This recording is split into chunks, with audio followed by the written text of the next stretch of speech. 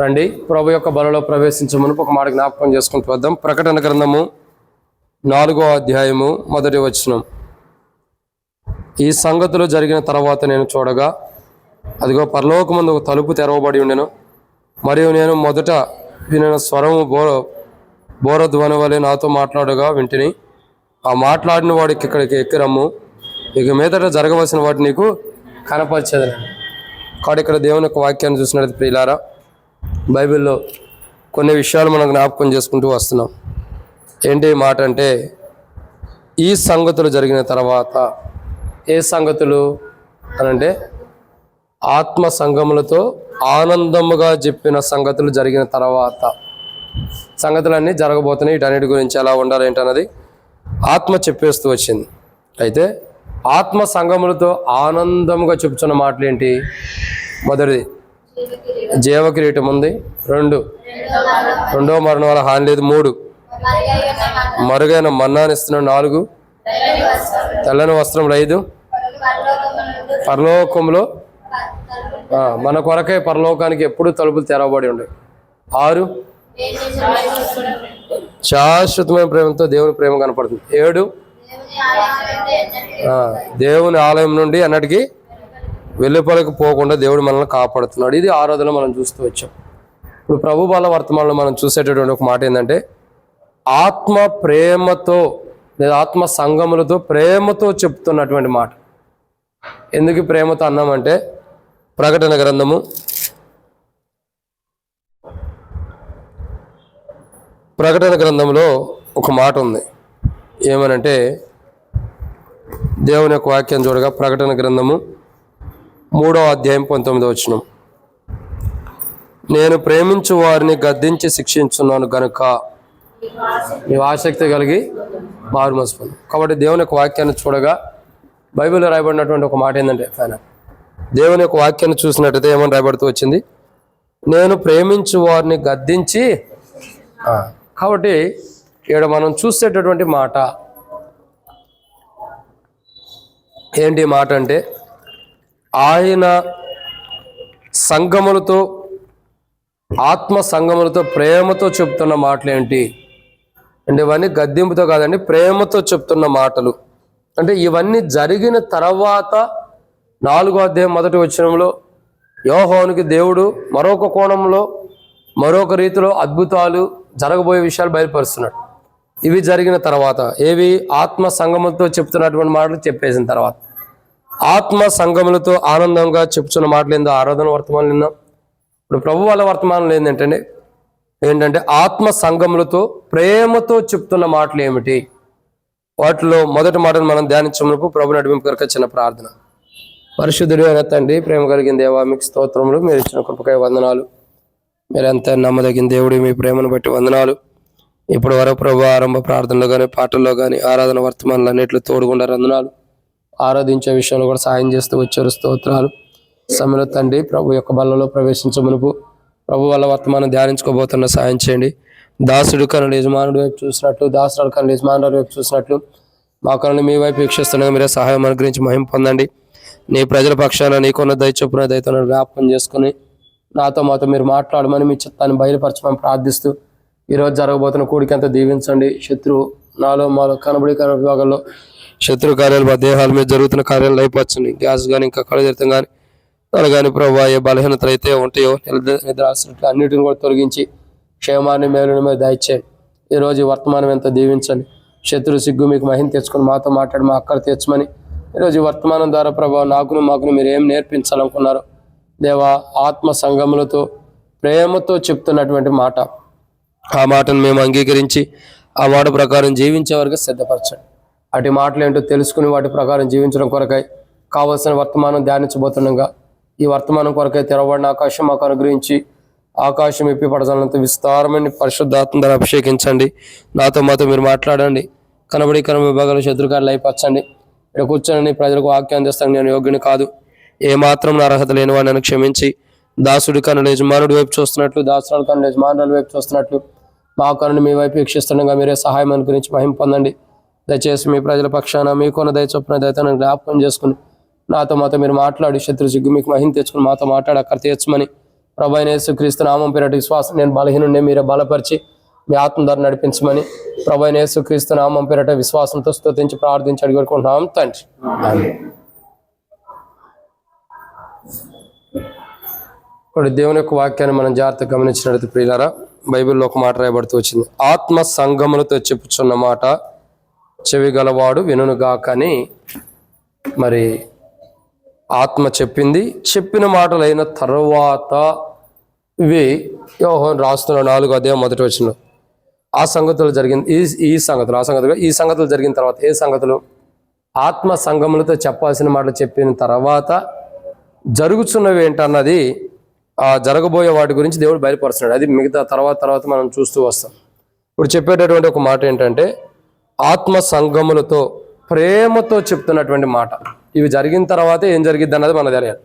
మొదటి ఇవి కావాలి. ఆత్మ సంగములతో ఈ సంగతులు జరిగిన తర్వాత, అంటే ఏ సంగతులు జరిగిన తర్వాత ఆత్మ సంగములతో మాట్లాడుతున్నాడు అని తర్వాత చూసినట్లయితే, మొదటిగా చూసినట్లయితే ఆత్మ సంగములతో ప్రేమతో మాట్లాడుతున్న మాటలు ఏంటి అని అంటే మొదటి మాటను మనం చూస్తున్నాం. రండి, ప్రకటన గ్రంథము 2వ అధ్యాయం 6వ వచనం. ప్రకటన గ్రంథం 2వ అధ్యాయం 6వ వచనం. ఆత్మ సంగములతో ప్రేమతో చెప్తున్న మాట చదవండి. అయితే నికోలాయితుల క్రియలు నీవు ద్వేషించుచున్నావు. ఆత్మ సంగములతో చెప్తున్నటువంటి మొదటి మాట ప్రేమతో చెప్తున్నాడు. ఏమనంటే నికోలాయితుల క్రియలు ద్వేషించుచున్నావు. కాబట్టి నేనును ద్వేషించుచున్నానని ఆత్మ చెబుతున్నాడు. ఇక్కడ మొదటి మాటను మనం గమనించాల్సింది ఏంటంటే, ప్రభు వల్ల ప్రవేశించమనుపు, ప్రభు వల్ల పాల్గొనకమునుపు ఆత్మ ప్రేమతో మనతో చెప్తున్న మాట, ఆత్మ సంగములతో ప్రేమతో చెబుతున్న మాట ఏంటంటే, నికోలాయితుల క్రియలు మనం ఏం చేయాలా? ద్వేషించాలని చెప్తుంది. అంటే వాటి క్రియలను మనం అనుసరించకూడదు. నికోలాయిత క్రియలు ఎలా ఉంటాయి అన్నది కొన్ని విషయాలు బైబిల్లో ఉన్నాయి. అవి వాటి యొక్క జీవితం చూడగా, వాటి విధానం చూడగా చాలా దుర్మార్గపు జీవితాన్ని కలిగిన వారుగా ఉంటారు. వారు మరి ఒక రకంగా చెప్పాలంటే నిష్ప్రయోజకమైన వారుగా, ఇంకో కోణంలో చెప్పాలంటే వ్యర్థమైన వాటికి బలిచ్చిన వాటిని తినే కోణాలు, అంటే దేవునికి విరోధమైనటువంటి క్రియలన్నీ కూడా వారిలో ఉంటాయి. అందుకే మాట్లాడుతున్నాడు కదా, ఆత్మ సంగములతో ప్రేమతో చెప్తున్న మాట ఏంటంటే, నికోలాయితుల క్రియలు ద్వేషించబడాలి. ఆ క్రియలను మనం కలిగి ఉండకూడదు.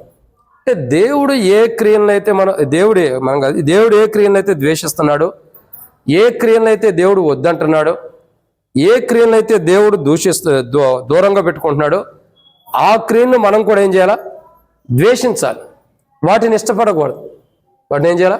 ఇష్టపడకూడదు. వాటిని మనం ద్వేషించాలి. అంటే మన జీవితాలు మనం గమనించినది ప్రియులారా, ఎక్కువ శాతం దేవుడు వద్దన్న క్రియలే మనం చేస్తాం. ఇప్పుడు చూడండి, ఒక ప్రవక్త ఉన్నాడు. అతడు ఒక రాజు దగ్గర పంపించబడ్డాడు. పంపించబడిన తర్వాత వెళ్ళిన మార్గంలో మరలా తిరిగి వెళ్ళొద్దు అన్నాడు. తర్వాత ఎక్కడా కూడా భోజనం చేయొద్దని చెప్పాడు. అంటే దేవుడు ఏం చెప్పాడు ఆ ప్రవక్త అదే చేస్తూ వస్తున్నాడు. తద్వారా ఏమైంది? సింహాలు వచ్చినాయి. అతను పీకుని తిన్న అనుభవాన్ని మనం చూస్తూ వస్తున్నాము, లేకపోతే ఎట్లా చంపబడిన అనుభవాన్ని చూస్తూ వస్తున్నాం. ఇక్కడ మనం గమనించాల్సినటువంటి ప్రాముఖ్యత ఏంటంటే ప్రియులారా, దేవుడు ఏదైతే ఈ క్రియలు చేయొద్దన్నాడో అట్లా మనం చేయకూడదు. ఆకాను కూడా ఏం చేస్తున్నాడు? ఈ దొంగతనం అనేది మీరు చేయొద్దు, దోపుడు సొమ్ముకి ఏది తీసుకురావద్దు అన్నాడు. అంటే ఏది ఆకాను వద్దు, ఆకాను కాదని చెప్పింది దేవుడు చెప్పాడు. చెప్పినప్పుడు ఆకాను ఏం చేశాడు? ఏది వద్దన్నాడు దేవుడు దాన్నే తీసుకొచ్చాడు. అంటే మన జీవితాలు ఎలా ఉంటాయంటే నికోలాయితుల క్రియలు ఉంటాయి. అయితే వీటి విషయంలో దేవుడు కోపంగానో ఉద్రేకంగానో ఏదో దేవుడు శిక్షించాలని మాట్లాడతలేదు, కానీ సంఘములతో ప్రేమతో మాట్లాడుతున్నాడు. అంటే ఇంకనూ ప్రేమిస్తున్నాడు. ఆయన ప్రేమలో శిక్ష ఉందా? ఆయన ప్రేమించిన ఆ శిక్ష అలాంటిదంటే అది న్యాయపూర్వకమైనది, అది మేలుకరమైన శిక్ష. అయితే ధవళ సింహాసనం మీద కూర్చునేటప్పుడు శిక్ష అన్నది వేరు. ఇక్కడ ఆ శిక్షకు మనం వెళ్ళకూడదని ప్రేమతో సంఘములతో చెప్తున్నాడు. ఆత్మ సంఘములతో ప్రేమతో చెప్తున్న మాట ఏంటంటే, నికోలాయితుల క్రియలు మీలో ఉంటే వాటిని ద్వేషించండి. ఆ క్రియలు మీరు అనుసరించొద్దు, ఆ క్రియల ప్రకారం మీరు జీవించొద్దు. ఏవైతే నికోలాయితుల క్రియలు మీలో ఉంటాయో వాటిని ప్రభువు ద్వేషిస్తున్నాడు. కాబట్టి ఆ క్రియలు మనలో కూడా ఉంటే మనం కూడా ద్వేషించబడతాం. ఏమవుతాండి? మనం కూడా ద్వేషించబడుతున్నాం. అంటే ప్రభువు వేటినైతే ద్వేషిస్తున్నాడో అవి మనలో ఉండకూడదు. ప్రభు ఏ క్రియలైతే ద్వేషించేవి మనకు అవసరం లేదు, వాటి నుంచి దూరంగా ఉండమంటున్నాడో ఆ క్రియను మనం ఏం చేయాలా? ద్వేషించాలి. వాటిని దగ్గర తీసుకోకూడదు, వాటిని దగ్గర తీసుకోకూడదు. ఇప్పుడు చూడండి, ఎవరైనా తప్పు చేసినటువంటి కుమారుడు ఉంటాడు అనుకోండి, తప్పు చేసిన కుమారుడు ఉంటాడు. తప్పు చేసిన కుమారుడు ఉన్నప్పుడు తండ్రి ఏం చేస్తాడు? నా కుమారుడు ఎలా అని దగ్గర తీసుకుంటాడు. కానీ దావీదుని దేవుడు అలా తీసుకున్నాడా? లేదు. దావీదుని ఏం చేశాడు? దేవుడు సరి చేస్తున్నాడు. అంటే ఆ క్రియల్ని ఇష్టపడతాడు, ఆ క్రియను సరి చేయడానికి ఇష్టపడుతున్నాడు. కానీ వాటిని మనం ద్వేషించాలి. నికోలాయితుల క్రియలు ఎలాంటివంటే దేవుడే ద్వేషిస్తున్నటువంటి క్రియలు, దేవుని ద్వారా ద్వేషించబడుతున్నాయి. ఈరోజు మన జీవితంలో, బల దగ్గరికి వచ్చిన మన జీవితాల్లో, బలలో పాల్గొనే మన జీవితాల్లో ఏవైతే నికోలాయితుల లాంటి క్రియలు మనలో ఉండేవో వాటిని మనం ఏం చేయాలా? ద్వేషించాలి. ద్వేషించాలే కానీ వాటిని ప్రేమించకూడదు. అంటే ఎంత ప్రేమిస్తామో, ఎంత దగ్గరకు తీసుకుంటామో, ఎంత ఇష్టపడతామో అంత నష్టపోతాం. ఆత్మ సంగములతో చెబుతున్నటువంటి మాట ఏంటంటే, ఏమని చెబుతుంది ఆత్మ సంగములతో? నికోలాయితుల క్రియలు మీరు ద్వేషించండి. ఆ క్రియలు మంచివి కాదు, అవి మంచి క్రియలు కావు, అవి దేవునికి ఇష్టమైనవి కావు. మంచి క్రియలు ఎలా ఉంటాయి? బైబిల్ రాయబడుతూ వచ్చింది, నువ్వు సత్క్రియ చేసిన ఎలా తలెత్తుకొనవా అంటే, మంచి క్రియలు ఎలాంటివి అంటే మన తల ఎత్తుకునేటట్టు ఉంటాయి. మంచి క్రియలు ఎలాంటివి అంటే మన యొక్క జీవితాన్ని ఒక అడుగు పైకెక్కిస్తాయి. మంచి క్రియలు, సత్క్రియలు ఎలాంటివి అంటే మనల్ని ఒక మంచి మార్గంలో ఉన్నతమైన శిఖరానికి తీసుకెళ్తాయి. కానీ ఇక్కడ బైబిల్ చెబుతున్నటువంటి మాటను చూడగా, దేవుని యొక్క వాక్యాన్ని చూడగా, మానవుని యొక్క జీవితంలో నికోలాయితుల లాంటి క్రియలు ఉండకూడదు. అవి ఎలాంటివి? ఆ క్రియల ద్వారా మనకేం జరుగుతుందండి? నష్టం. ఆ క్రియల ద్వారానే మన జీవితంలో ఎంతో నష్టాన్ని మనం తెచ్చుకుంటాం. ఆకాను వలె, దావీదు వలె, ఇంకా యెజెబెలు వలె మన జీవితంలో మనం నష్టాన్ని తెచ్చుకుంటాం. ఆ నష్టాన్ని మనం తెచ్చుకోకూడదంటే ఏం చేయాలా? నికోలాయితుల లాంటి క్రియలు ద్వేషించాలి. అది ఆ విషయం ఆత్మ సంగములతో ప్రేమతో చెబుతుంది. మీలో ఈ క్రియలు ఉన్నాయి, వీటిని బట్టి మీరు చచ్చిపోతారు, వీటిని బట్టి దేవుని ఉగ్రత వస్తుంది, వీటిని బట్టి మీరు నరకానికి వెళ్ళిపోతారని ఆత్మ చెబుతున్నా ప్రేమతో చెబుతుంది. ఏమని? నికోలాయితుల క్రియలు మీలో ఉండి వాటిని ఉంటే ద్వేషించుకోండి, కానీ ఉండకపోతే మీకు మేలు. ఆ క్రియలు ఏవైతే నికోలాయితులు అంటే దేవునికే అసహ్యమైన క్రియలు ఏవైతే మనలో ఉండయో అవి కలిగి, అవి మనలో ఉంటూ మనం వాళ్ళ దగ్గరికి వచ్చి పాల్గొన్నాం అనుకోండి, ఏం చేయబడుతున్నాం చెప్పండి? వాళ్ళ దగ్గరికి వచ్చి పాల్గొన్నా ద్వేషించబడుతున్నామని అర్థం. వాళ్ళ దగ్గరికి వచ్చి పాల్గొంటున్నా ద్వేషించబడుతున్నామని అర్థం. ఏమన్నాడు? నికోలాయితుల క్రియలు నేను ద్వేషించుతున్నా, నేను కూడా వీటిని ద్వేషించున్నాను అన్నాడు. అంటే అర్థం ఏంటి? అలాంటి క్రియలు ఎవరైతే కలిగి బలలో పాల్గొంటారో, మనం బలలో పాల్గొన్న దేవుడు ఏం చేస్తున్నాడు? మనల్ని ఏం చేస్తున్నాడు చెప్పండి? ద్వేషిస్తున్నాడు. ఎందుకంటే ఆ క్రియలు మనలో ఉన్నాయి. ఆ నికోలాయితుల లాంటి క్రియలు మనలో నుండి దూరంగా పోవటం కొరకే మనం ఏం చేయాలా? సరి చేసుకోవాలి. ఇది ఎన్నో మాట? మొదటిది. కాబట్టి ఆత్మ సంగములతో ప్రేమతో చెబుతున్నమాట, ఆత్మ సంగములతో ప్రేమతో చెబుతున్న మాట ఏంటంటే, నికోలాయితుల క్రియలు మీలో ఉండి సరి చేసుకోండి, దేవుని ప్రేమ సంపూర్తిగా మీరు పొందగలుగుతారు. ఈ సహోదరుడు సహోదరి బాల దగ్గరికి వస్తున్న మన జీవితాల్లో నికోలాయితుల లాంటి క్రియలు మనలో ఉంటే వాటిని మనం సరి చేసుకుందాం. ఎందుకు? ఏవైతే దేవునికి అసహ్యమైనవి, దేవుడు అసహించుకునేవి, దేవుడు ద్వేషించే క్రియలు మనలో ఉండే అవన్నీ నికోలాయితుల క్రియలే. ఆ క్రియలను మనం సరి చేసుకుంటే మన జీవితం ఏమైంది? ధన్యులుగా అవుతాం. దేవుని ద్వారా బలలో పాల్గొంటున్నా ద్వేషించబడం, అక్కడ మనం ఆశీర్వదించబడతాం.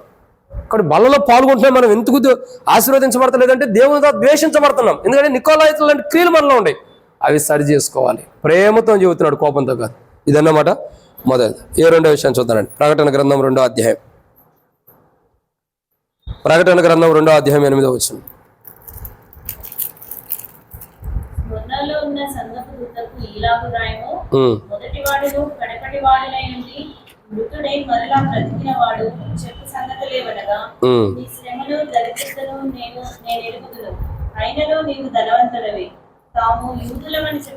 చాలక్క. కాబట్టి ఇక్కడ మనం రెండో మాటను చూస్తున్నాం. మొదటిగా ఆత్మ సంగములతో ప్రేమతో చెప్తున్న మాట ఏంటి? నికోలాయితుల క్రియలు నేను ద్వేషించున్నాను, మీరు కూడా ద్వేషించాలని చెబుతుంది. అంటే మనలో ఆ క్రియలు లేకుండా మన బలలో పాల్గొనాలని హెచ్చరిస్తుంది. రెండోదిగా ఆత్మ సంగములతో ప్రేమతో చెబుతున్న మాట రెండోది ఏంటంటే, ఏంటి? మృతుడై మరలా బ్రతికిన వాడని చెబుతున్నాడు. ఆత్మ సంగములతో ఏమని చెబుతుందండి? మృతుడై మరలా బ్రతికిన వాడు. ఎవరు? ప్రభువైన యేసుక్రీస్తు ప్రభువు. అంటే భౌతికమైన శరీరం మన అనేది వెనకటి వల్లే మరలా భూమి చేరింది. ఆత్మ ఏం జరుగుతుందంటే లేపబడింది పునరుద్ధాన జీవితంలో, మరలా బ్రతికిన అనుభవం ఉంది. ఇప్పుడు బ్రతికాడు కాబట్టిగా మనతో మాట్లాడుతుంది, బ్రతికున్నాడు కాబట్టిగా మనతో మాట్లాడి తన విషయాలు తెలియపరుస్తుంది ప్రార్థన గ్రంథంలో కూడా.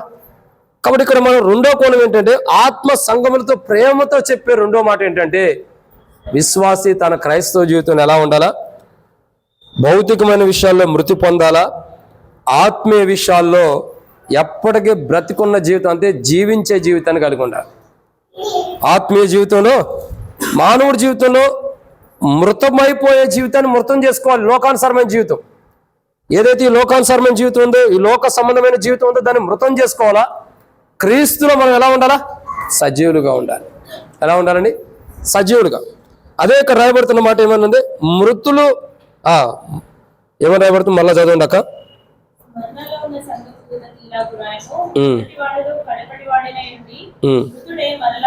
అది మరలా బ్రతికాడంట. అంటే మృతుడయ్యి మరలా బ్రతికాడు. ఆత్మ సంగములతో ప్రేమతో చెప్పే మాట ఏంటంటే మృతమైన జీవితం ఉండాలి, దాంట్లో నుండి మనం బ్రతకాలి. మృతమైన జీవితం ఎలా వస్తుంది మనకి అని అంటే బైబిల్ చెప్పేటటువంటి ఒక మాట, మృతమైన జీవితం ఎలా వస్తుంది? సిలువ ద్వారా మృతమైన జీవితం వస్తుంది. దేని ద్వారా? సిలువ ద్వారా. అంటే సిలువ దగ్గరికి ఎప్పుడైతే వస్తామో, సిలువ కార్యం మన జీవితంలో ఎప్పుడైతే జరిగిద్దో, ఎప్పుడైతే మన జీవితంలో సిలువ అనుభవంలోకి మనం వస్తామో అప్పుడు మనం మృతమవుతాం. అప్పుడు మనం ఏమవుతాం? మృతమైపోతాం. అంటే అర్థం ఏంటి? మనం చనిపోతాం. ఇక మనం మృతమైనప్పుడు క్రీస్తు ఇదిగో మృతుడిని బ్రతికిన వాడు చెప్పు సంగతులుగా మనము మృతులమయ్యాము, మరలా బ్రతికున్న అనుభవం మనలో ఉంటుంది. అంటే ఇక్కడ మనం గమనించాల్సిన కోణం ఏంటంటే ప్రియులారా, ఆత్మ సంగములతో చెప్పే మాట ఏంటంటే మీరు భౌతికమైన విషయాల్లో మృతులై ఆత్మీయ విషయాల్లో బ్రతికుండాలి. భౌతికమైన విషయాలు ఏమవ్వాలా? మృతులైపోవాలి, ఆత్మీయ విషయాల్లో బ్రతికుండాలి. కానీ మన జీవితం చూడగా దానికి వ్యత్యాసం ఉండేది. భౌతికమైన విషయాల్లో బ్రతుకుంటాం, ఆత్మీయ విషయాల్లో ఎలా ఉంటాము? మృతులుగా ఉంటాం. అదే మన జీవితానికి ఉన్నటువంటి బలహీనత. కానీ బైబిల్ అంటుంది కదా, మృతుడే మరలా బ్రతికిన వాడు చెప్పు సంగతినేమనగా. అంటే భౌతికంగా మృతుడైనప్పటికీ, భౌతికంగా చనిపోయిన వాడైనప్పటికీ, భౌతికంగా మరణం పొందినప్పటికీ కానీ ఆయన మరలా బ్రతికున్నాడు.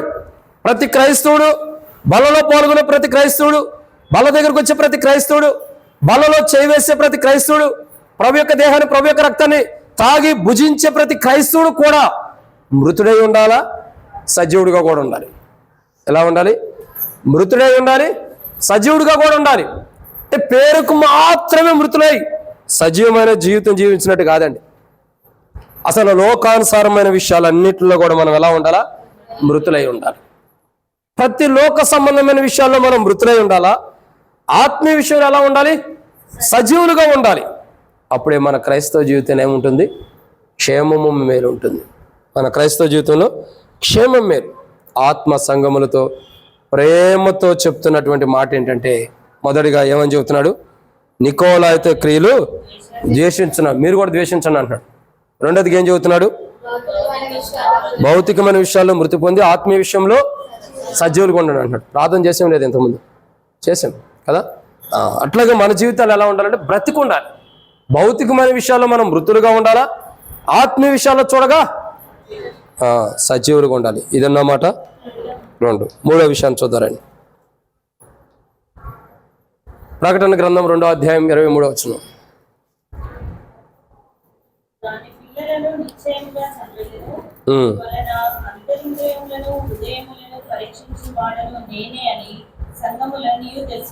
చాలక్క. మూడో మాటని ఇక్కడ చూస్తున్నాం. ఏంటి మూడో మాట అంటే హృదయములను పరీక్షించువాడు. ఎవరండి? హృదయములను. అంటే మన హృదయాలు ఏవైతుండే వాటన్నిటిని పరీక్షించేవాడు. ఇప్పుడు మన జీవితంలో ఈరోజు మూడవదిగా మనం గమనించాల్సింది ఏంటంటే ఆత్మ సంగములతో ప్రేమతో చెబుతున్న మొదటి మాట ఏంటి? నికోలాయితో క్రియలు లాంటివి మీలో ఉంటే వాటిని ద్వేషించుకోండి అని చెబుతున్నారు బల్ల దగ్గర రాకమునిపే. రెండోదిగా భౌతికమైన విషయాల్లో మీరు మృతి పొంది ఆత్మీయ విషయాల్లో జీవించిన అనుభవంలోకి రండి అని చెబుతున్నారు.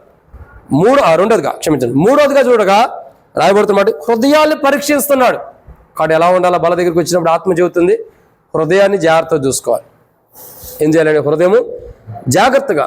అంటే బల దగ్గరికి వచ్చే మన జీవితాల్లో, బలలో పాల్గొనే మన క్రైస్తవ జీవితంలో బలలో మనం చేయబోతున్నాం కాబట్టి మన జీవితాలు ఎలా ఉండాలా? చాలా పరీక్షించుకోవాలి. మన జీవితంలో ఎలా ఉండాలి? చాలా హృదయమును పరీక్షించేవాడు ఆయనే. ఆయన ఏం చేస్తున్నాడు? ఆత్మ చెబుతుంది ప్రేమతో, మీ అందరి హృదయాలు ప్రభు పరీక్షిస్తున్నాడు. మీరేంటి నేనేంటి, మనందరి హృదయాలు ప్రభు పరీక్షిస్తున్నాడు. కానీ ప్రతి మనిషి వాని క్రియల చొప్పున మెప్పు, అంటే క్రియల చొప్పున బహుమానం పొందబోతున్నాడు. కానీ ప్రతి మనిషి ఏం చేయాలా? ప్రతి క్రైస్తవుడు, ప్రతి విశ్వాసి, బల దగ్గరికి వచ్చే ప్రతి విశ్వాసితో కూడా, బలలో పాల్గొనే ప్రతి క్రైస్తవుడితో కూడా, ఆత్మ సంఘములతో ప్రేమతో, సంఘంలో ప్రతి క్రైస్తవుడితో ప్రేమతో చెబుతుంది ఏంటంటే, మీ హృదయమును పరీక్షించుకోండి. ఎందుకంటే ఆయన పరీక్షించి చూడగా అన్ని లోపాలే కనపడతాయి. ఆయన పరీక్షించక మునిపే, ఆయన పరీక్షల్లోకి మనం వెళ్ళక మునిపే, ఆయన మనల్ని పరీక్షించక మునిపే మనం ఏం చేయాలా? మన హృదయాన్ని మనం పరీక్షించుకోవాలి. ప్రభా, నా హృదయం నీ ఎడల ఎలా ఉంది? నా హృదయం ఎలా ఉంది? ఎలాంటి హృదయం కలిగి నేను జీవిస్తున్నాను, ఎలాంటి హృదయం కలిగి నేను ఉంటున్నాను అన్నది మన హృదయాన్ని మనం ఏం చేయాలా? పరీక్షించుకోవాలి. ఎప్పుడైతే హృదయాన్ని పరీక్షించుకుంటామో, ఎప్పుడైతే హృదయ పరీక్ష మనలో జరిగిద్దో, అప్పుడు మన జీవితాలు ఎలా ఉంటాయి? క్షేమకరంగా, ఆశీర్వాదకరంగా ఉంటాయి. అప్పుడు మనం బలలో పాల్గొన్న ఆత్మ ప్రేమతో చెప్పిన మాటను మనం విన్నాం కాబట్టి ప్రభు ఏం చేస్తాడు? సంతోషిస్తాడు. ప్రభు ఏం చేస్తాడండి? సంతోషిస్తాడు, ఆనందిస్తాడు. కానీ మూడో మాటను చూస్తున్నట్లయితే ఆత్మ సంఘములతో ప్రేమతో చెబుతున్న మాట ఏంటంటే, హృదయాన్ని దేవుడు పరీక్షిస్తున్నాడు, మీ హృదయాన్ని పరీక్షించుకోండి అని చెబుతుంది. మన హృదయాన్ని ఏం చేయాలి? మనం పరీక్షించుకోవాలి. అంటే దేవుడితో అందరి హృదయాన్ని పరీక్షిస్తున్నాడు, ప్రతి హృదయాన్ని పరీక్షించి చూడబోతున్నాడు. మీ హృదయాన్ని మీరే పరీక్షించుకుని బలలో పాల్గొనమని చెబుతుంది. ప్రియులారా, ప్రభు బల దగ్గరికి వచ్చిన మన జీవితాల్లో, ప్రభు వల్ల పాల్గొనే మన జీవితాల్లో మన హృదయాన్ని మనం ఏం చేయాలా? పరీక్షించుకోవాలి. అంటే ఎంతగా మన హృదయాన్ని మనం పరీక్షించుకుంటామో, ఎంతగా మన హృదయాన్ని మనం సరి చేసుకుంటామో, అంతగా ఆత్మ ఏం చేస్తుంది? సంతోషించింది, ఆనందించింది.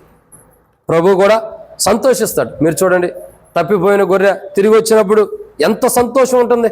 భుజాల మీద వేసుకుంటున్నాడంటే ఎంత సంతోషం ఉండకపోతే భుజాల మీద వేసుకుంటున్నాడు, ఎంత ఆనందం లేకపోతే భుజాల మీద ఎక్కించుకుంటున్నాడు, ఎంత ఆనందం లేకపోతే ఆ భుజాల మీద కూర్చోబెట్టుకుంటున్నాడు. అంత ఆనందము తండ్రికి ఉంటుంది. తప్పిపోయి హృదయంలో అపవిత్రత కలిగి, పాపం కలిగి, హృదయాల్లో సరిగా లేనటువంటి మనము హృదయాలు పరీక్షించుకుని ప్రభుదే బల దగ్గరికి వచ్చి బలలో పాల్గొంటే తండ్రి కూడా మనల్ని ఏం చేస్తాడు? తన భుజాల మీద ఎక్కించుకుంటాడు. అంటే అంత సంతోషం హృదయాన్ని పరీక్షించుకుంటే. కాబట్టి బైబిల్ చెబుతున్న మాట, హృదయములను పరీక్షించువాడు. కాబట్టి మనం ఏం చేయాలా? మన హృదయాన్ని మనమే, ఆయన పరీక్షించక మునిపే మనమే మన హృదయాన్ని పరీక్షించుకుంటే మనం తీర్పులోకి రాకుండా మరణములో నుండి జీవంలోనికి దాటించబడతాం. ఇదన్నమాట 3. 4వ విషయాన్ని చూద్దామండి. ప్రకటన గ్రంథం 2వ అధ్యాయం 23వ వచనం.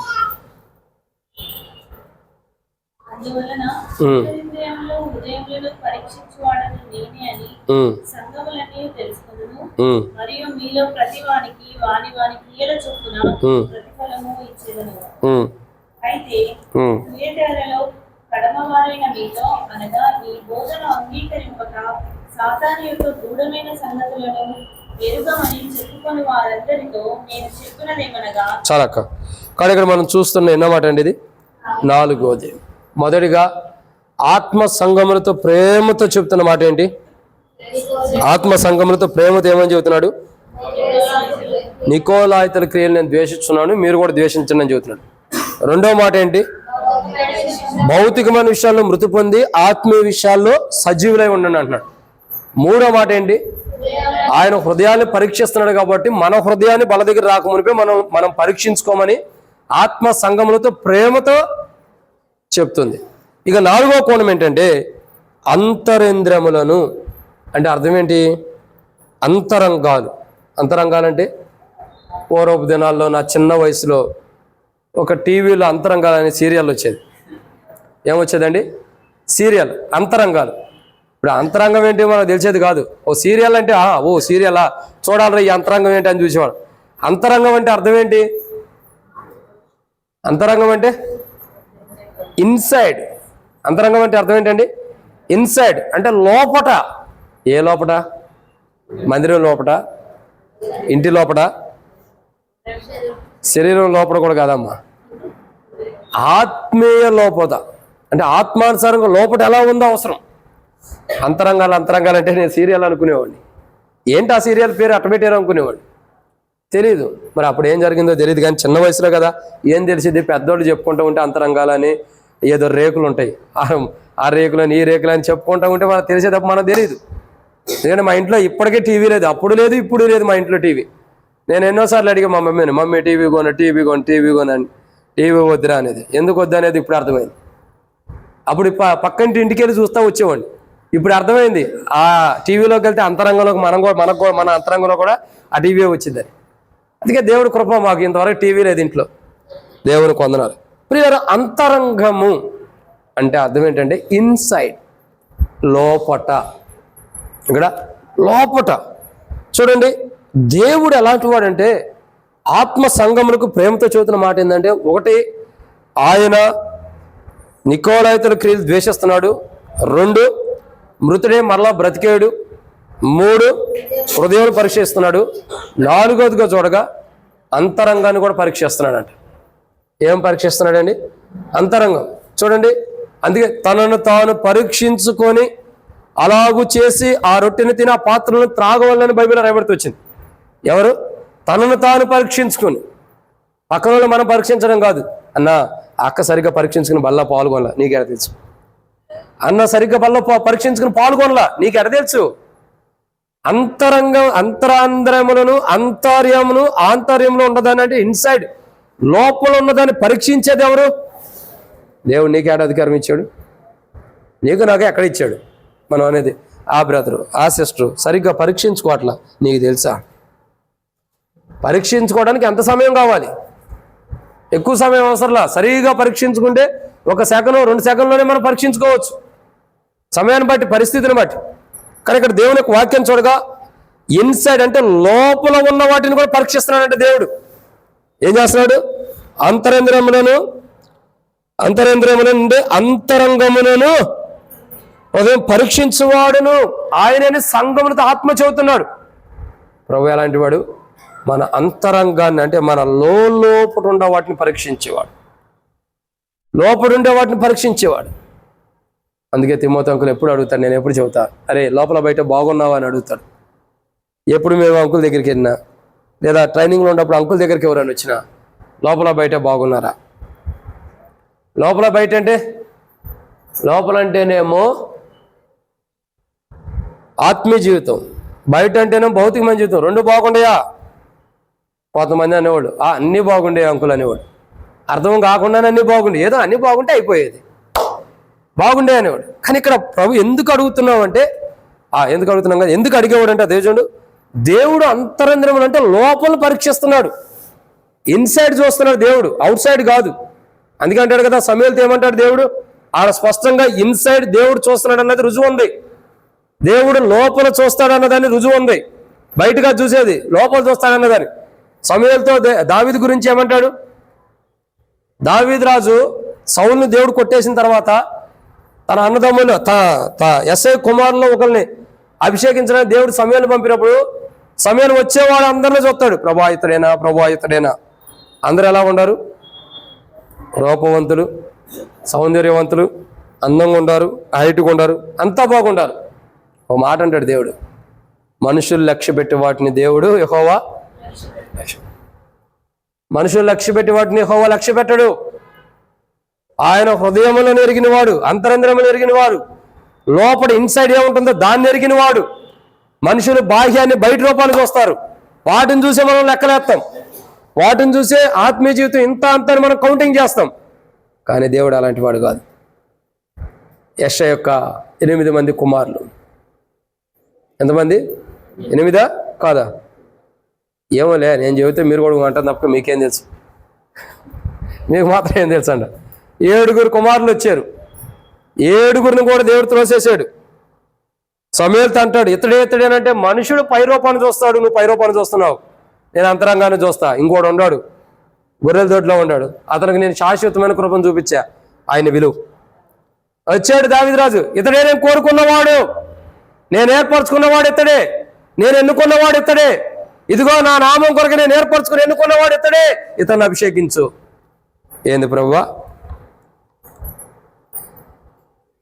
ఎంతో మంది అందగాళ్ళు ఉండరు, సౌందర్యవంతులు ఉండరు, హైట్ ఉండరు, యుద్ధం చేసేవాళ్ళు ఉండరు. ఈ పొట్టోడిని నేను అభిషేకించాలా?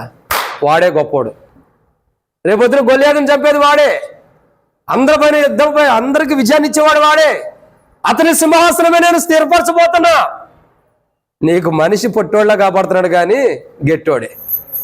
అందుకే నేను ఏర్పరచుకున్నా, వెళ్ళి అతను అభిషేకించు. మిగతా 7 మొహం చిన్నబోయినట్టుంది. వాడు గొర్రెలు మేపేవాడే కావాలి దేవుడికి, మేము అవసరంలా. మేము కూడా యుద్ధాన్ని చేస్తున్నాం కదా, మరి మమ్మల్ని ఎందుకు ఏర్పరచుకోవాలా?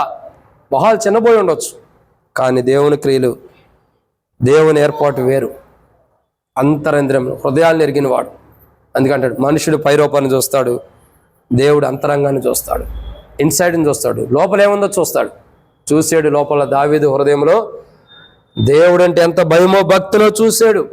దేవుని తిడితే దావీదు ఓర్చుకోలేడన్న సత్యాన్ని దేవుడు చూశాడు. కాబట్టి గొల్యాదు వచ్చి తిడుతుంటే దావీదు ఏమంటాడు? సున్నత లేని ఫిలిష్తీయుడు జీవంగల దేవుని తిరస్కరించడా? తప్పకుండా మీరందరూ నేను వెళ్ళి యుద్ధం చేస్తానని యుద్ధం చేసి తన కత్తి తీసుకుని తన్నే చంపి వచ్చాడు. ఇవన్నీ దేవుడికి ముందరే భవిష్యత్తుని ఎరిగిన వాడు, అనంత జ్ఞాని. అందుకంటే అల్ఫయో ఓమేగయో ఆయనే, ఆది అంతమైన వాడు, మొదటి వాడు కనబడిన వాడు ఆయనే, కాబట్టి అన్ని సమస్తం ఆయనే. అంటే ఎరిగాడు, భవిష్యత్తుని ఎరిగిన వాడు.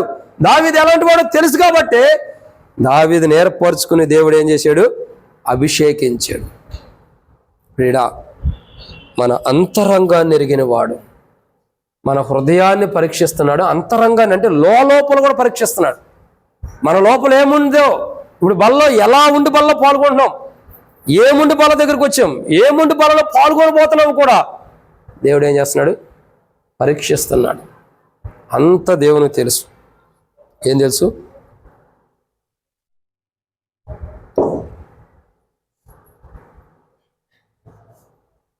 అంతా కూడా దేవుడికి తెలుసు. మనం ఎలా పాల్గొంటున్నాం, ఎలా బలలో చేయవేయబోతున్నాం, లోపల ఎలాంటి జీవితం కలిగి బలలో చేయవేయబోతున్నాం అన్న దేవుడికి అంతా తెలుసు. ఆయనకు మరుగైనదంటూ కూడా మరుగైందంటూ ఏం లేదు. ఇక్కడ కూర్చున్న మనం దాదాపు 100 మంది ఉన్నాం. ఈ 100 మంది ఎలా బలలో పాల్గొనే వాళ్ళు ఉండారో, 100 మందిలో వాళ్ళు ఎలా పాల్గొంటున్నారు అనేది ప్రతిదీ కూడా ఆయన తెలుసు. తెలియకుండా ఉందా? మరుగైనది ఏది ఆయన ఎదుట లేదు. అన్నీ కూడా తేటగానే ఉన్నాయి ఆయన ఎదుట. ఏది దాచబడిందంటే ఏమీ లేదు, మరుగైందంటూ ఆయన ఎదుట ఏమీ లేదు, అన్నీ తేటగా ఉన్నాయి. మరి మనం బలలో ఎలా పాల్గొంటున్నాం కూడా మన గురించి తేటగా లేదా ఆయన ఎదుట? చెప్పండి, తేటగా ఉందా లేదా? ప్రతిదీ, ఈచ్ అండ్ ఎవ్రీథింగ్, ప్రతిదీ కూడా ఆయన ఎదుట స్పష్టంగా ఇలా ఉంటుంది. మన హృదయం ఎలా పాల్గొంటున్నాం, ఎలా బలలో చేయవేస్తున్నాం అనేది స్పష్టంగా ప్రతి ఒక్కటి ఆయన ఎదుట ఉంది. ప్రతి ఒక్కటి ఉంది. అందుకే ఇన్సైడ్, అంతరంగాన్ని పరీక్షించేవాడు. మనం బల్ల దగ్గరికి వచ్చేటప్పుడు హృదయాన్ని ఎంత పరీక్షించుకుంటామో అంతరంగాన్ని అంటే లోపల ఇంకా అంతకంటే ఎక్కువగా పరీక్షించుకోవాలి. అంతకంటే ఎక్కువగా. ఎందుకంటే దేవుని ఎదుట ఏ మనిషి కూడా నిర్దోషిగా ఎంచబడలేడు. ఎంచబడతారా? ఏ వ్యక్తి కూడా దేవుని ఎదుట నిర్దోషి అని ఎంచబడలేడు. నిర్దోషి ఏ రోజుకి కాడు. ఈ దేవుడే తన కుమారుని రక్తం ద్వారా నిర్దోషులు చేయటం తప్పక ఏ మనిషి నిర్దోషి కాడు. కాబట్టి మనం ఏం చేయాలా? మన అంతరంగాన్ని అంటే మన ఇన్సైడ్, మన లోపట అంటే ఇంటి లోపల కాదేమో, బీరువా లోపల కాదు, బీరువా లోపల కాదు, ఇంటి లోపల కాదు, ఇంకెక్కడా కాదు, మన ఆత్మీయ జీవితం లోపటకు మనం వెళ్ళిపోవాలి. ఎక్కడికి వెళ్ళాలా? ఆత్మీయ జీవితం లోపలికి వెళ్ళిపోయి చూడాలి. దేవుడు పరీక్షిస్తే ఏది తప్పు ఉందో, ఏది పొరపాటు ఉందో, ఏది బలహీనత ఉందన్నది మన అంతరంగం అంటే మన లోపలికి మనమే వెళ్ళిపోవాలి. చూడండి ఎంత గొప్ప మాట.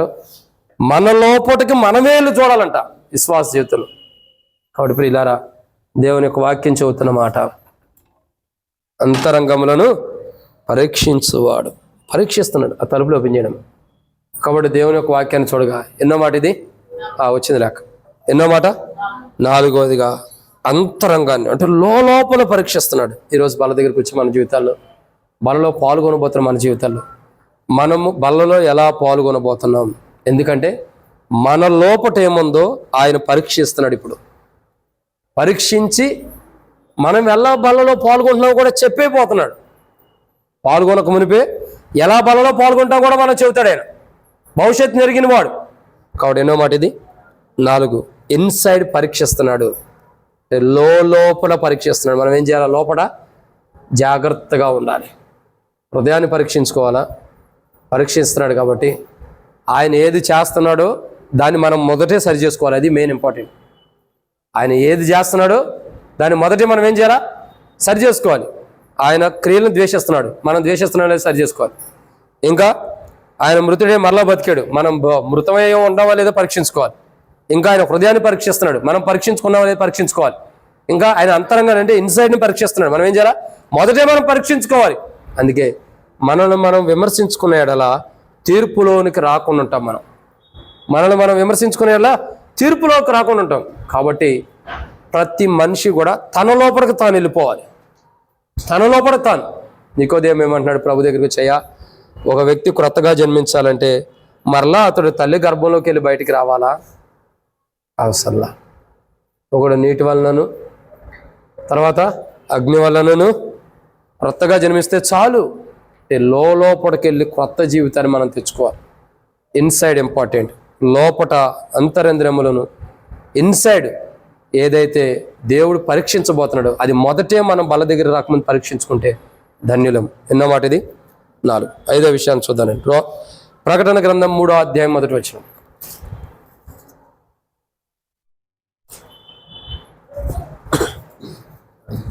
ప్రకటన గ్రంథము 3వ అధ్యాయం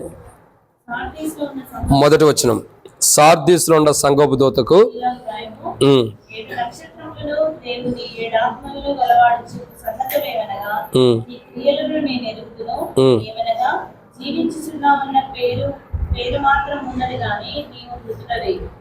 చాలా. కాబట్టి ఇక్కడ ఎన్నో మాట అండి చూస్తుంది? 5వ మాట. చాలా త్వరగానే వచ్చేసాం కదా ఈరోజు టేబుల్ వర్తమానం. కాబట్టి 5వ మాట ఏంటంటే ప్రియులారా, దేవుని యొక్క వాక్యాన్ని చూడగా 5వ మాట ఏమని రాయబడుతూ వచ్చిందంటే, నీవు జీవించుచున్నావు అన్న పేరు మాత్రమే ఆత్మ సంగములతో ప్రేమతో చెబుతుంది. ఏమని? నీవు జీవించుచున్నావు అన్న పేరు మాత్రమే. పేరుకే జీవిస్తున్నావు, మరి ఎలా ఉండవు? చెప్పండి. పేరుకే మనం జీవిస్తున్నాం, మరి ఎలా ఉండం? చదవండి ఆ మాట మీరన్నా సరే. ప్రకటన గ్రంథం 3వ అధ్యాయం 1వ వచనం.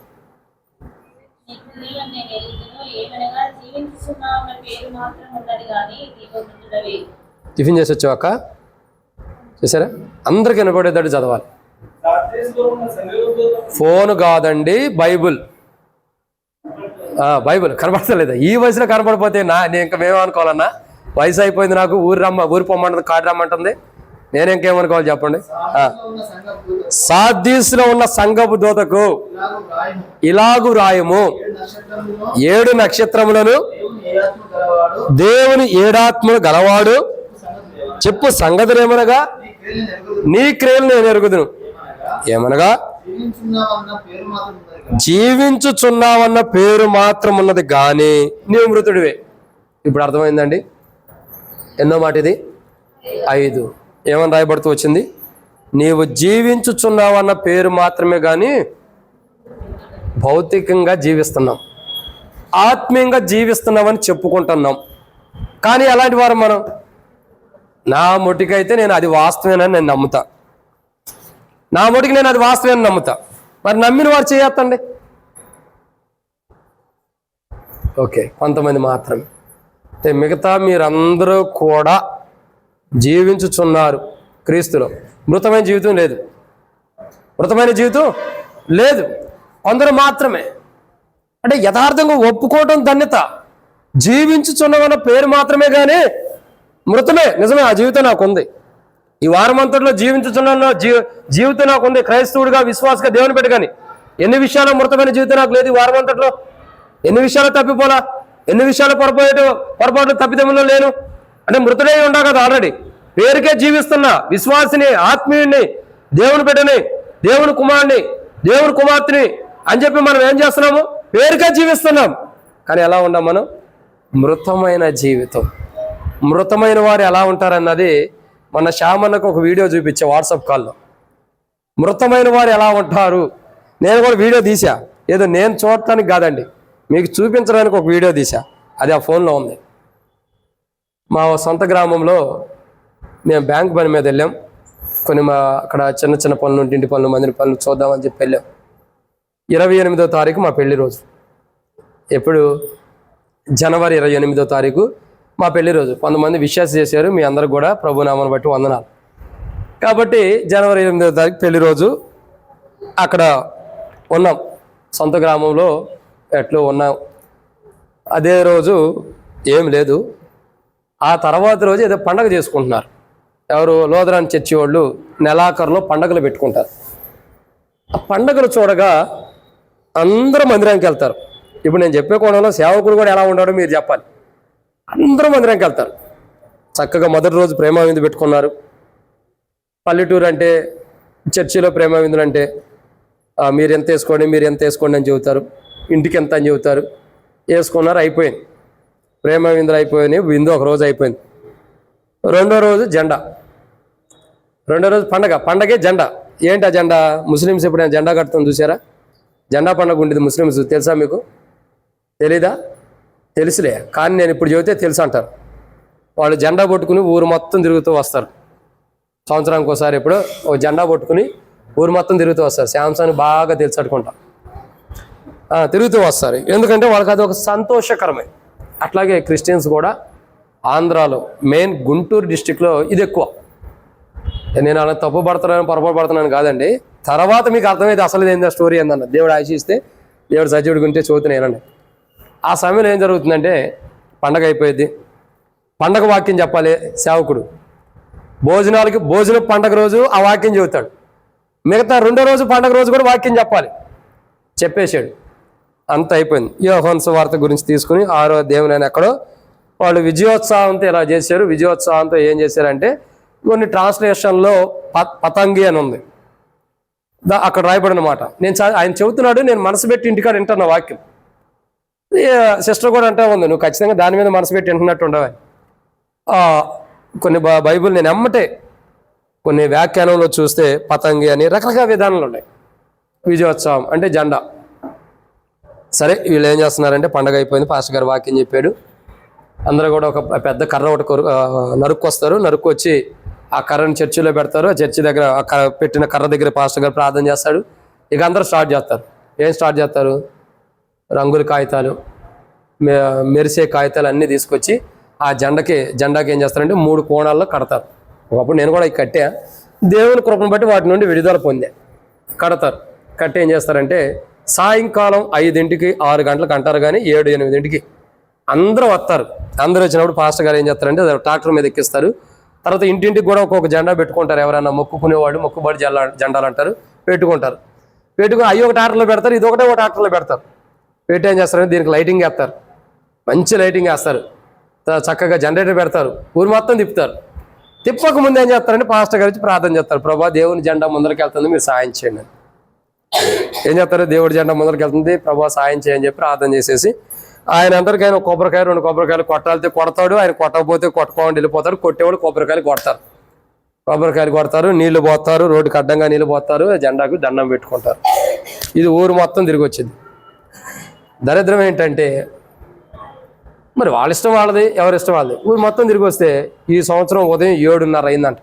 నేను లేచేదానికి మా ఇంటికాడ చుట్టుపక్కల వాళ్ళు చెప్పుకుంటున్నారు. మేము అలా పట్టించుకో వాటి గురించి ఏం జరుగుతుంది అన్నది. ఎందుకంటే క్రీస్తు నమ్మిన తర్వాత వాటి అన్నింటిలో నుండి వెలివేయబడ్డా. నేనే వెలివేసుకున్న వాటి నుండి. కాబట్టి అక్కడ ఉన్నప్పుడు ఆ గ్రామంలో మన మందిరం ఉంది, కానీ లోదరన్ అంటే ఆ యొక్క కట్టుబాటు ఉంటాయి, ఊరు కట్టుబాటు. వాళ్ళు వచ్చి అంటారు, నువ్వు సంఘంలో డబ్బులు కట్టకపోతే నీకు మాకు సంబంధం లేదు దేనికైనా అన్నారు. అసలు ఏ రోజు మిమ్మల్ని నుంచి నేను వెలేసుకున్నాను, నాకు మీకు సంబంధం లేదు. ఇది ఒక ప్రత్యేకమైన విధానం, కట్టుబాట్లు లేని విధానం. ఈ క్రమంలో నేను నడుస్తాను, నచ్చిన వాళ్ళు వస్తారు మందిరానికి, నచ్చిన వాళ్ళు రారు అని చెప్పాను. సరే, వాళ్ళు అప్పటి నుండి నన్ను వెలివేసి రాక ఆ యొక్క విధానం నుండి అయినా అప్పుడప్పుడు మీటింగ్లు పెట్టుకుని పిలుచుకునేవాడు. సరే, ఇదంతా ఎందుకు చెబుతున్నా అంటే, ఈ జెండా పట్టుకుని ఆ ట్రాక్టర్ మీద నడిపించుకుంటూ వెళ్తున్న తర్వాత ఎవరు కాళ్ళు చూసినట్టు చూస్తారు, దండం పెట్టుకుంటారు, కొబ్బరికాయలు కొట్టేవాళ్ళు కొడతారు. వీటన్నిటికి ముంగట అసలైన కారణం ఉంది. ఇప్పుడు ఇదంతా చెప్పడానికి మెయిన్ ఇదే. దాని ముంగట పెద్ద ట్రాక్టర్ ఉంది, లేదా పెద్ద ఒక ఏమంటారు అశోక్ లైలాండ్ కానీ టాటా ఏసీలు కానీ ఉంటాయి. దాని నిండా డీజే బాక్సులు పెడతారు. ఏం పెడతారు? డీజే బాక్సులు పెట్టి ముందలేమో దేవుని జెండా ఉంది కదా, దానికి ముందు డీజే బాక్సులు ఉంటాయి. దాని వెనకాల ఎవరు ఉంటారు? రక్షణ మార్మోస్ బాప్తిసం పొందిన వాళ్ళు ఉంటారు, దేవుని ప్రజలు కాని వారు కూడా ఉంటారు. మొదట డీజే బాక్సులు, దాని వెనక మన ప్రజలు, వారి వెనకాల జెండా, వారి వెనకాల ఏముంటుంది దాన్ని ఏమంటారు జనరేటర్, వారి వెనకాల మొక్కుబడి జెండా, ఇవన్నీ ఉన్నాయి. ఇప్పుడు ఈ డీజే బాక్సుల్లో వస్తుంది ఏంటి? దేవుని పాటలు కాదు, సినిమా పాటలు. ఇక తొక్కుతున్నారు వాళ్ళు. ఏం దొక్కుతున్నారంటే ఇష్టం వచ్చిన డ్యాన్స్ చేస్తున్నారు. ఎట్టగాలుతట ఆ టైంలోనే శ్యామన్న ఫోన్ చేశాడు, అన్న మా ఊర్లో గొప్ప కార్యం జరుగుతుంది చూడని చెప్పని వీడియో కాల్లో చూపించా. ఎంత ఘోరంగా ఉంటారా లోదరన్న వాళ్ళు అని చెప్పి అంటున్నాడు. నేను వాళ్ళని నిందించి కాదు, ఎందుకు ఈ మాటలు చెబుతున్నామంటే మనం ఏం చేసినా మన అంతరంగాన్ని దేవుడు చూస్తున్నాడు. ఏం చూస్తున్నాడండి? మన అంతరంగాన్ని. అంటే దేవుని దాన్ని చెప్పుకుంటూ దెయ్యపు జీవితాన్ని జీవిస్తుంటే ఆ జీవితాన్ని దేవుడు చూస్తున్నాడు. ఇప్పుడు వాళ్ళందరూ దేవుని జెండాని ముందరకు తీసుకెళ్ళి తర్వాత వాళ్ళు డ్యాన్స్ వేస్తున్నంత దేవుడు చూస్తున్నాడు లేదా? అంతా చూస్తున్నాడు. ఒకరోజు ఏమైతే ఇదంతా కూడా తీర్పులో ఖచ్చితంగా వచ్చింది. అక్కడ ఎందుకు ఈ మాట ఇప్పుడు దాకా చెబుతూ వచ్చానంటే ఇవంతా కూడా స్టోరీ. వాళ్ళు చేసినందుకు నేను తప్పు అని నేను అంటలా. ఎవరు లెక్క ఆడుకునేది, ఎవరు తీర్పు ఆడుకునేది, నేను వాళ్ళని విమర్శిస్తాలా. ప్రతి మనిషి దేవుని అన్నప్పుడు దాన్ని మొంగటెళ్ళేది గమనించాలి. దేవునికి జెండాని పెట్టారు, ముందర డీజే బాక్సులు పెట్టి తొక్కుతున్నారు డ్యాన్స్, సినిమా పాటలు. వాళ్ళందరూ హృదయాలు ఎలా ఉన్నాయి? పేరుకే దేవుడు ఉండాలి, మాకు యేసు ప్రభు ఒక దేవుడు, మా కులానికి మా మతానికి యేసు ప్రభు దేవుడు అని చెప్పుకోవడానికే. కానీ ముందలంతా ఏ దేవుడు ఉన్నాడు? ఈ లోక సంబంధమైన దేవత, వారి మనోనేత్రాలు మూసిన దేవుడు వారికి ముందర ఉన్నాడు. అందుకే వారి జీవితాల్లో నేటికి రక్షణ అనుభవం లేదు, మారు మనసు అనుభవం లేదు. దేవుని మందిరంలో కూడా తాగి వస్తారు, తిరిగి వస్తారు, పాపం చేసి వస్తారు, బీడీలు కాల్చి సిగరెట్లు కాల్చి దేవుని మందిరంలోకి వచ్చి కూర్చుంటారు. అంటే నేను ఏ డినామినేషన్ తప్పు చేసి మాట్లాడుతున్నా, కానీ వెళ్ళే మందిరానికి మనం ఎలా వెళ్తున్నాం? అక్కడ ఉన్న సేవకులు కూడా గద్దించాల్సిందే. నేను విన్నా, ఆ సేవకుడు చెబుతుంటే, వాక్యం చెబుతుంటే విన్నా, చాలా నాడు తర్వాత విన్నా. చాలామంది దేవుని మందిరం తాగి వస్తారు, తిరిగి వస్తారు, ఈ పనులు తప్పులు అన్నీ చేసి వస్తారు. ఇలా రాకూడదు దేవుని మందిరం కానీ డైరెక్ట్గా చెప్పేసేసాడు ఆ సేవకుడు. నేను చాలా అంతకుముందు వచ్చిన సేవకులు చాలామంది ఎట్టొచ్చినా పర్లా, తాగి వచ్చినా సంఘ పెద్దలు కదా వెళ్ళిపో అంటారు. అక్కడ సంఘ పెద్దలు తాగి వస్తారు దేవుని మందిరం. సంఘ పెద్దలు అంటే తిరిగి వస్తారు, వ్యభిచారం చేస్తారు, చెడ్డ పనులు చేస్తారు, మోసాలు చేస్తారు, దొంగతనం చేస్తారు, మళ్ళీ సంఘంలో సంఘ పెద్ద. అంటే అట్లాంటి వాళ్ళు. అది దేవుని కృప, మనకు అట్లాంటి వాళ్ళు లేరులేండి. ఎందుకంటే భక్త్ సింగ్ గారికి ఇచ్చిన దర్శనం గొప్పది. ఎందుకు చెబుతున్నా అంటే, ఓ రోజు ఈ సంఘ పెద్దల గురించి వాక్యం చెప్పాడా. మాకు పెద్ద బాకాలు ఉండే మా ఇంటి పైన, చర్చికి గట్టె పెద్ద బాకాలు 4 ఊర్లు వినపడతాయి. రేత్రిపూట చెబితే సంఘ పెద్దల గురించి చెబితే ఊర్లో ఉన్న సంఘ పెద్దలు అంతకుముందు పాస్టర్ గారు బాగుండవు అనేవాడు. అది చెప్పిన తర్వాత ఒక్కడ బలకరీట్లా. ఎందుకు బలకరీట్లేదంటే ఈ వాక్యం అంతా అలా సంబంధించింది. మొత్తం ఒక అతను వచ్చి అంటాడు, ఎవడో నాకలా నోటి దూరదోళ్ళు ఉంటారుగా, అంతా మా గురించే చెప్పేవే, మా కోసం చెప్పినట్టుండవే, మా తాగుడు గురించి మా గురి గురించే. అయ్యా, మీ గురించి కావాలని అయితే చెప్పలేదు, కానీ దేవుని మందిరంలో సంఘ పెద్ద ఎలా ఉండాలన్నది వివరణ ఇచ్చా. నువ్వు సంఘ పెద్ద కాబట్టి లోపల పరీక్షించుకుంటే నువ్వు ధన్యుడు. అసలు నీకున్న విలువేంటో నువ్వు తెలుసుకో. ఎప్పుడూ కూడా సంఘానికి పెద్దని మనం చెప్పకూడదు. సంఘానికి పెద్ద అంటే ఎవరు? క్రీస్తే సంఘానికి పెద్ద. సంఘానికి అసలు పెద్దలే ఉండరు, సమాజానికి పెద్దలు ఉంటారు, ప్రజలకు పెద్దలు ఉంటారు. అంతేగాని సంఘానికి పెద్దలు ఎవరు ఉండరు. సంఘపు పెద్దలను పిలిపించమని ఎందుకు అంటున్నారంటే, ఆ సమాజానికి అక్కడ ఉన్న ప్రజలకు అర్థం కాదు కాబట్టి అర్థమే రీతిలో చెబుతున్నారు. సమాజాన్ని మోసే ప్రజల్ని ఏర్పరచలా, పెద్దలను పెట్టేలేదా? 10 మందికి ఒకడికి, 100 మంది ఒకడిని, 1000 మందికి ఒకడిని, ఇంకా అట్లా పెంచుకుంటూ పెద్దలను పెడుతూ వచ్చారు. వాళ్ళు ఎలా సమాజానికి పెద్దలు. ఆ సమాజంలో ఉన్నటువంటి వివాదాలు, ఆ సమాజంలో ఉన్న పరిస్థితులు, ఆ సమాజంలో ఉన్న పరిస్థితుల నుండి చక్కపరచడానికి పెద్దలు వాళ్ళు. కానీ కొత్త నిబంధనకు వచ్చేసరికి సంఘానికి పెద్దలు లేరు. సంఘానికి పెద్దలుంటే అపోస్తలుడైన పౌలు ఎఫెసీయులకు రాసిన పత్రిక 5వ అధ్యాయాన్ని మీరు చదివి నాతో మాట్లాడండి. సంఘముల గురించి పౌలు చాలా వివరణిస్తూ అసలు పెద్దల గురించి అక్కడ రాయడు, సంఘముల గురించి చాలా వివరణిస్తాడు. ఎందుకని తెలుసా? సంఘం ఎలాంటిది? సంఘము క్రీస్తునకు భార్య, భర్త ఎవరంటే క్రీస్తే, శిరస్సుగా ఉన్నాడు. ఇవన్నీ వివరణలు చాలా మర్మాలు ఇస్తాడు.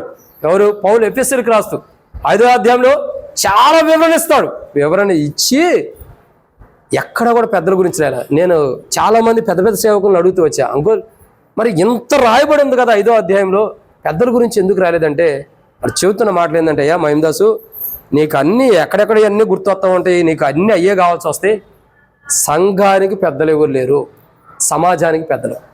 సమాజం అంటే మనమే. ఇప్పుడు మనకు పెద్దలు ఉంటారే కానీ సంఘం అంటే ఎవరు? క్రీస్తు రక్తం ద్వారా కడగబడిన వారు. క్రీస్తే రక్తం ద్వారా కడిగాడు కాబట్టి సంఘానికి పెద్ద ఎవరంటే క్రీస్తే, ఇంకెవరు లేరు. క్రీస్తు తప్పక ఎవరు లేరు. ఇప్పుడు మేము ఎవరమే? యేసు ప్రభువారు ప్రధాన కాపరి, మేమెవరమే? కాపలా కాసేవారు, కాపలాదారులు అంతవరకే. మేము కాపలా కాసే కాపలాదారులు అంతవరకే. ప్రధాన కాపురం మేము అయిపోతామా? గొర్రెలు ఎవరే? దేవుని గొర్రెలు కాస్తున్నాం అంతవరకే. జస్ట్ ఆ కాసే వ్యక్తిని కాపరు అంటారు అంతవరకే. అసలు ప్రధానమైన కాపరు ఎవరు? మీకోసం నేను రక్తం పెట్టానా, మీకోసం నేను ప్రాణం పెట్టానా, మీకోసం నేను చనిపోయినా? అందుకే నాకు సంఘంలో పెద్దలు కూడా సంఘం కొరకు ప్రాణం పెట్టలేదు కాబట్టి వాళ్ళ గురించి రాయాల. సంఘంలో ఉండే సేవకులు కూడా సంఘాన్ని కొరకు అంటే సంఘాన్ని సంపాదించి పరిశుద్ధపరచడానికి ప్రాణాలు పెట్టలేదు కాబట్టి వారి గురించి రాయాల. క్రీస్తు గురించి స్వరక్తం ద్వారా కడగబడిన వారి గురించే ఉండేది కానీ సేవకుల గురించి పెద్దల గురించి అక్కడ ఉండదు. ఎందుకంటే సమస్త సంఘానికి క్రీస్తే ఆత్మ జ్యోతి. ఏమని? సంఘమునకు క్రీస్తు శిరస్సు కాబట్టి దేవుడు ఏం చేస్తున్నాడు? అంతరంగాన్ని పరీక్షిస్తాడు, లోపల ఇన్సైడ్ని దేవుడు పరీక్షిస్తాడు. మీరు ఎలా ఉండారన్నది పరీక్షించుకోండి అని దేవుని వాక్యం సెలవిస్తుంది. దేవుని వాక్యం మనం చదువుతున్నటువంటి ఎన్నో మాట అండి ఇది? 5వ మాట 4 ఇన్సైడ్ లోపల జీవించాలి, లోపల పరీక్షించుకోవాలి, లోపలని పరీక్షించుకోవాలి. 5వ మాట ఏంటి? జీవించున్న పేరు. ఇప్పుడు దాకా ఎందుకు చెప్తూ వచ్చానంటే చెప్పే కదా మా సొంత గ్రామంలో ఇలా జరుగుతుందని. ఇవన్నీ జరుగుతున్నాయి కానీ ఎలా ఉండారు? పేరుకే క్రైస్తవులు, పేరుకే దేవుని బిడ్డలు, కానీ ఎలా ఉండే మృతమైన జీవితం. ఒక వ్యక్తి నాకు ఫోన్ చేసి అడిగాడు, ఏమని తెలుసా? అయ్యా నీ క్యాస్ట్ అన్నది నువ్వు మార్చుకోవాక అన్నాడు. ఎందుకన్నా? రిజర్వేషన్లు ఉంటాయి, అయ్యి ఉంటాయి, ఇవి ఉంటాయి, చాలా ఉంటాయి, నువ్వు క్యాస్ట్ మార్చుకోవాక అన్నాడు. నేను అసలు ఫస్ట్ అప్లికేషన్ పెట్టేశా. దేనికి? నేను BC/C కింద ఉండాలని ఇష్టపడుతున్నా. BC/C అంటే ఏంటి? క్రిస్టియన్ సంబంధించిందని అర్థం. BC/C అంటే క్రిస్టియన్స్.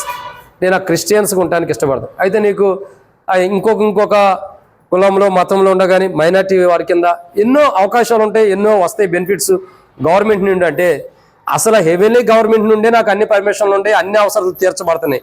ఇంక ఈ గవర్నమెంట్లో నాకు ఏమి ఇవ్వాలి చెప్పండి? నిజంగా చెబుతున్నాయి. మాకు తెలిసి మా పుట్ట కాడి నుంచి, మా తల్లిదండ్రుల కాడి నుంచి, మా తాతల కాడి నుంచి గవర్నమెంట్ నుండి ఒక్క లబ్ధి పొందింది లేదు. మేము ఎన్నో అప్లికేషన్లు పెట్టాం, ఒక్కటి వచ్చింది లేదు. అందుకే అసలు ఏది వద్దని డిసైడ్ అయిపోయాం. అసలు దేవుడు అటన్నిటిని ఎందుకు వదిలిచ్చే వద్దని మాకు దూరం చేశాడంటే పరలోకపు గవర్నమెంట్ నుండి అన్నీ ఇవ్వటానికి, పరలోకపు గవర్నమెంట్ నుండి అన్నీ ఇవ్వటానికి. మొన్నగాత ఇల్లు పెడదామని వెళ్తే ఆ ఇల్లు కూడా రాలా. ఇల్లు గవర్నమెంట్లో పెడదామని వెళ్తే అది కూడా లేదు, కాస్త ఎరక్కపోయింది. దేవుడు ఎత్తాడేమేగా వెళ్ళి గవర్నమెంట్ నుండి మనకు వస్తేమో అంటే ఎందుకు చదువుతారండి ప్రియులారా? ప్రతి మనిషి కూడా దేవుని మీద ఆధారపడాలి. బైబిల్ అంటుంది నువ్వు జీవించుచున్నావు మాత్రమే, కానీ నువ్వు మృతుడివే. ఎందుకు చెప్తానంటే ఇప్పుడు దాకా మా సొంత గ్రామంలో జరిగిన సంభాషణ ఎందుకు చెబుతూ వచ్చానంటే పేరుకే క్రైస్తవులు కానీ ఎలా ఉండారు? మృతులుగా ఉండారు. ఎలా ఉండారండి? మృతులుగా. అట్టి మృతమైన జీవితం మనం ఉండకూడదు. పేరుకు క్రైస్తవులు ఉండి చేయాల్సిన పాపాలన్నీ చేసేసి బల్ల దగ్గరికి వచ్చి నేను ఒక బిడ్డనే ప్రభా చేయెత్తితే కుదరదు. చేయాల్సిన తప్పులన్నీ చేసేసి బల్ల దగ్గరికి వచ్చి నేను కూడా నీ బిడ్డనే ప్రభా అంటే కుదరదు. అందుకే అన్నాడు నువ్వు పేరుకే జీవిస్తున్నావు, పేరుకే ఆత్మీయుడివి, పేరుకే ఆత్మీయురాలివి, పేరుకే నువ్వు బ్రతికొండావు, పేరుకే నువ్వు జీవించుచున్నావు. కానీ నేను నీ ఎడల చూడగా, నేను నిన్ను పరీక్షించి చూడగా నువ్వు మృతుడుగా చనిపోయిన స్థితిలో ఉండవు. పేరుకు మాత్రమే బ్రతికొండావు. దేవుని బిడ్డని, దేవుని కుమారుడు, దేవుని కుమార్తె అని చెప్పుకుంటున్నావు పేరుకే. అని విశ్వాస జీవితంలో చూడగా మృతుడేవే, పేరుకే జీవిస్తున్నాం. బహుశా మనం అలాంటి వారికి ఉంటే ఇప్పుడు బల్ల దగ్గరికి వచ్చి సరి చేసుకోవాలి. జీవించుచున్నాం అన్న పేరుకు మాత్రమే మనం జీవిస్తుంటే బల్ల దగ్గరికి వచ్చి మనం ఏం చేయాలా? సరి చేసుకోవాలి. ఇదన్నమాట 5. కాబట్టి ప్రియులారా మన జీవితాల్లో పేరుకే దేవుని బిడ్డలం అన్న జీవితం. ఇప్పుడు బల దగ్గరికి వచ్చినా కానీ విశ్వాసిని, దేవుని బిడ్డని, దేవుని కుమారుని పేరుకే మనం అనిపించుకుని బల దగ్గరికి వస్తున్నామేమో పరీక్షించుకో. దేవుడు హృదయాన్ని ఎరిగాడు, అంతరంగాన్ని ఎరిగాడు. నువ్వు మృతుడిగా ఉండవని దేవుడు ఎరిగాడు. ఆ మృతమైన జీవితం ఏదైతే ఉందో, జీవించున్నాడు పేరు మాత్రమే, నువ్వు మృతుడివే.